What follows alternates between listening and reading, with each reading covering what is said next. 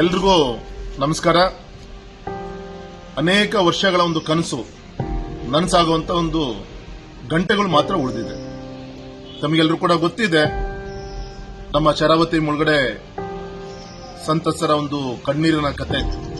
ಅದರಲ್ಲೂ ವಿಶೇಷವಾಗಿ ಅಂಬಾರಗೋಡ್ಲು ಮತ್ತೆ ಕಳಸವಳ್ಳಿ, ನಾವೇನು ಸಿಗಂದೂರು ಸೇತುವೆ ಅಂತ ಹೇಳ್ತೀವಿ, ಸುಮಾರು 6 ದಶಕಗಳ ಒಂದು ಹೋರಾಟದ ಫಲ 6 ವರ್ಷಗಳಲ್ಲಿ ಈ ಸಮಸ್ಯೆಯನ್ನು ಬಗೆಹರಿಸಿ ನಾಳೆ ಅಧಿಕೃತವಾಗಿ ಲೋಕಾರ್ಪಣೆಯನ್ನು ಮಾಡ್ತಿರುವಂತ ನಮ್ಮ ಗೌರವಾನ್ವಿತ ಕೇಂದ್ರದ ಭೂ ಸಾರಿಗೆ ಸಚಿವರಾದಂಥ ನಿತಿನ್ ಗಡ್ಕರಿಜಿ ಅವರು, ಮತ್ತೆ ಗೌರವಾನ್ವಿತ ಕೇಂದ್ರದ ಮಂತ್ರಿಗಳಾದಂಥ ಪ್ರಹ್ಲಾದ್ ಜೋಶಿ ಅವರು, ಮತ್ತೆ ಈ ಕಾರ್ಯವನ್ನ ಜಾರಿಗೆ ತರಲೇಬೇಕು ಅಂತ ಹೇಳಿ ಒಂದು ಇಚ್ಛಾಶಕ್ತಿಯ ಒಂದು ಪ್ರದರ್ಶನವನ್ನು ಮಾಡಿದಂತ ಪೂಜ್ಯ BS ಯಡಿಯೂರಪ್ಪನವರ ಒಂದು ನೇತೃತ್ವದಲ್ಲಿ ಇಡೀ ರಾಜ್ಯ ಸರ್ಕಾರದ ಮಂತ್ರಿ ಮಹೋದಯರು ಮತ್ತೆ ದೊಡ್ಡ ಸಂಖ್ಯೆಯಲ್ಲಿ ಮುಳುಗಡೆ ಪ್ರದೇಶದ ಆ ಭಾಗದ ಜನನು ಕೂಡ ಈ ಕಾರ್ಯಕ್ರಮದಲ್ಲಿ ಭಾಗವಹಿಸಿದ್ದಾರೆ.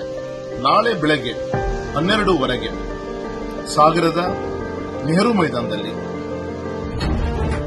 ಈಗ ಕಟ್ಟಿದಂತ ಆ ಸೇತುವೆಯನ್ನು ರಾಷ್ಟ್ರಕ್ಕೆ ಲೋಕಾರ್ಪಣೆ ಮಾಡೋದು ಪವಿತ್ರವಾದಂತಹ ಕಾರ್ಯ.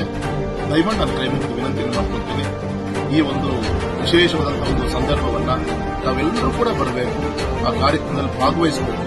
ಅದರ ಮುಖಾಂತರ ಈ ಕಾರ್ಯಕ್ರಮಕ್ಕೆ ಶಕ್ತಿ ತುಂಬದಂತ